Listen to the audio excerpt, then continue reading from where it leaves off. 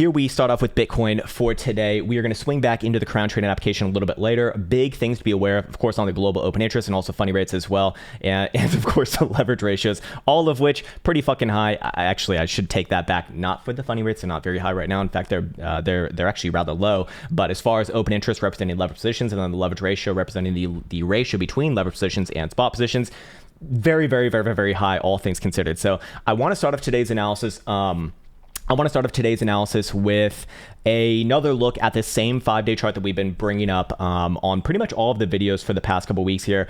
I did a more in-depth macro analysis yesterday, so if you're interested in that, check out the long-term analysis playlist. That's the purpose of it. But for right now, I think this is the most relevant one for the higher term timeframes. And it's a 5-day chart right here. Again, looking at 5-day BBWP representing volatility, we have seen in the past couple of years, and we can take it even further back than that. This one's just, all within the same pane, so it makes it nice and easy to discuss. But basically, anytime that we've seen this get, low-ish, which is in the teens in this case, we've seen a pretty damn similar response on price action all throughout the past couple years right here. I've marked off with these green vertical bars the turning point where we saw that first tick from downward slope to upward slope specifically. And I've also measured out all of the the times, the days taken to the next major high, and then also how much percentage that has taken on average. Anyways, the reason why I'm calling this one out right now is that we have yet again, as of the last closure, our first tick up on the current 5-day BBWP, and also getting above the moving average as well. So this is technically like the signal, if you are looking at volatility, to kind of be that sort of I guess that signal in in that case. Now, of course, volatility is direction neutral. We've been saying this for a long time, or that's just a simple fact, but what we've been saying is we can use a momentum also to kind of get a bias on direction, and that's what we've done on this chart right here. So first and foremost, let's show you the results. As always, we do see that over the past 1, 2, 3, 4 iterations of this, again, we're working on number 5 right here, has been on average 45% up or down from the expansion on that extreme low on 5-day BBWP.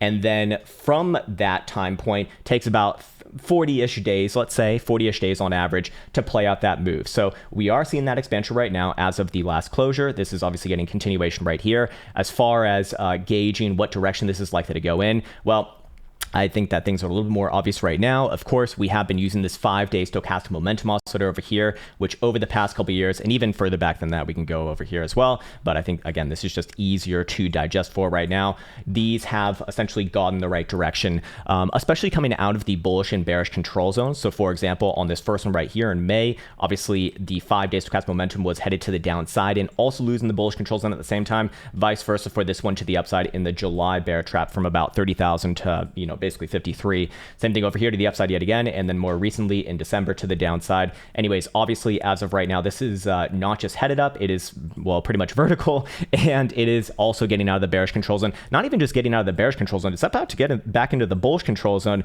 likely on this next tick, assuming that Bitcoin closes anywhere above, especially 46,000 bucks.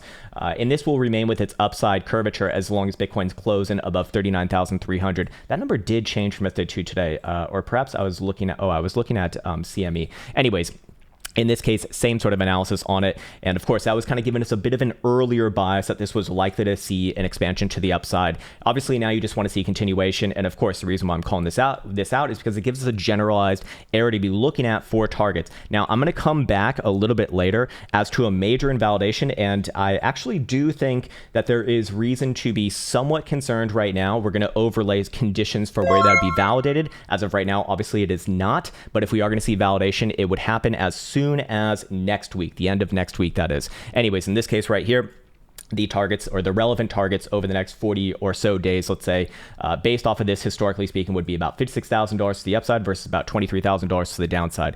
Okay, so that is very, very, or I think that's very interesting. I think that that's rather important. And what we can do over here is we can take that a few steps further. First and foremost, with the technical formation that we do see specifically on CME, and yes, it is on spot price action as well, but I think it's more obvious on CME. That is your ascending triangle on the lows right here. This has actually been, or pretty much resolved as of today in the last like 36 hours, I would say.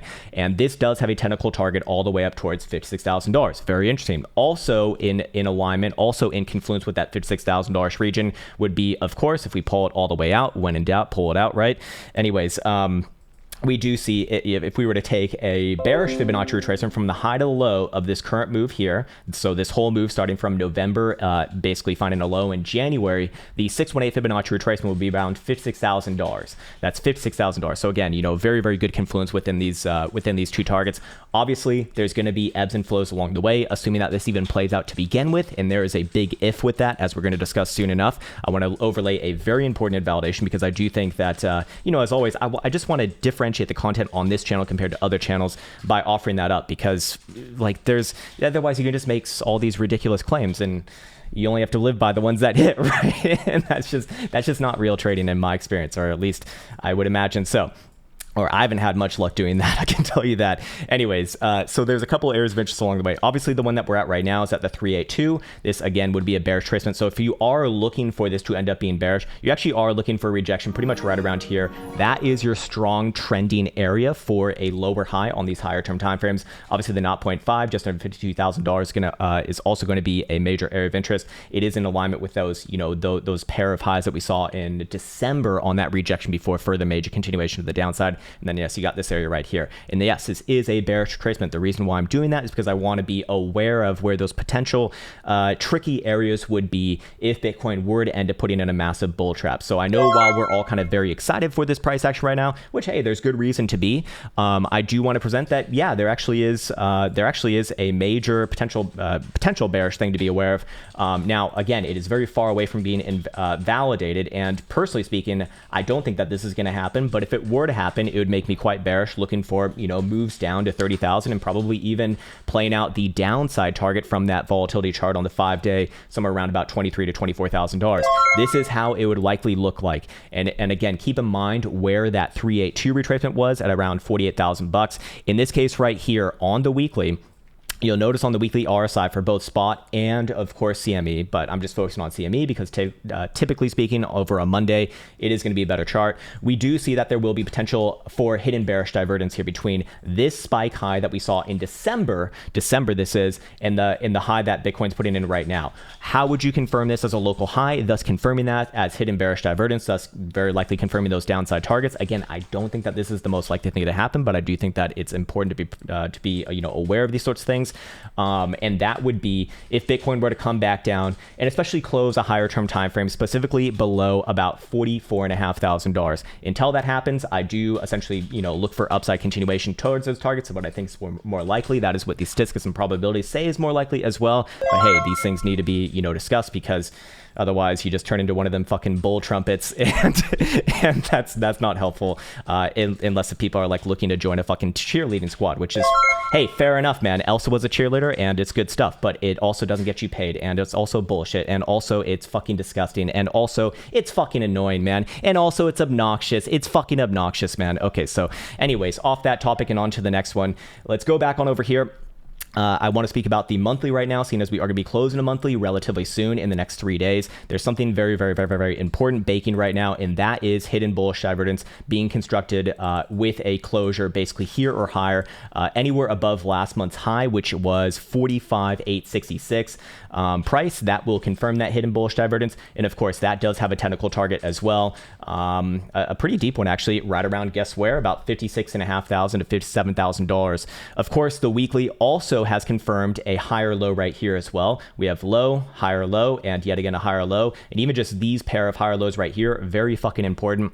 Very, very, very, very, very important. The reason why I say that is because typically when you are seeing a trend reversal, you see, if it's going to be the upside, you typically see two higher lows first rather than a low and then a higher high, for example, and vice versa for the downside. You see two lower highs first and then you get your lower low. So in this case, you got this high right here, you got this high right here, that's your next lower high. Obviously after that, then came your lower low, of course. So in that case, again, I am looking for general upside continuation. We haven't even seen volatility expansion on the weekly here, but what I would say is that both the weekly, basically all higher term timeframes are showing incredibly low volatility. So the 5-day we already looked at, the weekly we're looking at right here. The monthly is a big, focus for me as well. As I put on my drawing tools, we are at, some pretty like incredible lows right here. Historically speaking, we've only been lower volatility than this once in in the history of Bitcoin on the monthly specifically. That's going to be in July of 2020. Guess where that was? That was coming out of the old Rona dump over here, and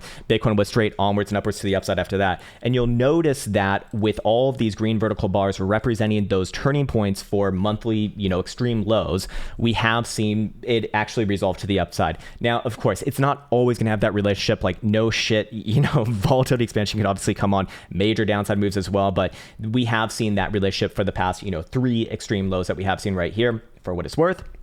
So again, just another thing that probabilistically speaking probably does, align with Bitcoin trying a little bit higher in the next month to come, that month being March and April, and then May. Yeah, so April, whatever the fuck they are. All right, it doesn't matter. Just it's a human construct, anyways. Okay, cool. So now that we have that, I think it's time to go into the lower term timeframes right here. Obviously, there's going to be pullbacks along the way. Representing the lower term timeframes. If you're on a daily right now, yes, we did get the silver cross. Yes, we did get the continuation from that. So that's all good in the hood. But that doesn't mean that we can't have a pullback relatively soon. I do think somewhere around the daily 200 simple is a likely short-term pullback region. And then the question is, does a pullback get below any one of the critical regions? That being about $44,500 now on a higher term time frame closure. If it does, that's at the point where I start to consider, hey, we might have a major bull trap in alignment here. If it doesn't, then it's just another higher low, and very likely does march up towards those next set of targets and sets up for corrective phases somewhere around there. But in this case, short term timeframes are getting pretty extended. I actually haven't checked on CME just yet. Yeah, CME actually does show that it probably will try higher today. I wouldn't be surprised to see it try somewhere around $48,500 to $49,000. Maybe play out a short-term time frame pullback right there. But we're just seeing the 4-hour RSI, stay within the bullish control zone for the first time, consistently in a while, like months. And of course, we are seeing that volatility expansion. Still some room to go here as well, obviously. So I do look for this move to continue alongside volatility expansion. I'm looking for this one to get to some extremes here because we are looking very likely at a breakout. So we expect extremes before at least a correction. So yeah, I do think that Bitcoin does, essentially try higher before consolidating and maybe trying for a higher low, a little bit lower. In this case, keep in mind, we do have a nice gapola here at about $45,000 even. In this case, this would be considered a professional breakout. So I actually wouldn't be too surprised to not see this retested, sooner rather than later, to be fair. You basically saw this move happen over the weekend, and I mean, this is like a 3-month long consolidation right here. Yeah, this does fit the bill for a professional breakout. Also should be known, daily RSI back in the bullish control zone for the first time in fucking October, November essentially, and daily volatility over here on CME specifically is really starting to expand for the first time in a while as well. So this move does look like it has some legs on top of it. There's going to be corrections along the way. It's probably going to be some pretty nasty corrections along the way, as we're going to discuss soon enough. But and also, I mean, the daily jewel actually got this one really fucking well once it got DMI support coming out of that last low. So I quite like that one as well. Anyways, there's 2 last things that I want to get to. I want to speak one towards the likely violent pullbacks and swings that we're probably going to see in this market, and that's due to the global open interest and leverage ratio, both of which are incredibly fucking high, all things considered. So the global open interest currently is at just over 14 billion, which is where I start to consider it like, hey, this is kind of high. And to put that in perspective, the last time that we were above 14 billion was actually, it wasn't even over here. We didn't even get above 14 billion in December rally. Remember, December rally was when Bitcoin failed at about $52,000. In fact, the last time that we were really above 14 billion was in early December, before that dooms drop from actually $56,000. So you're seeing more leverage positions added on at a lower price, at a lower average price in this case.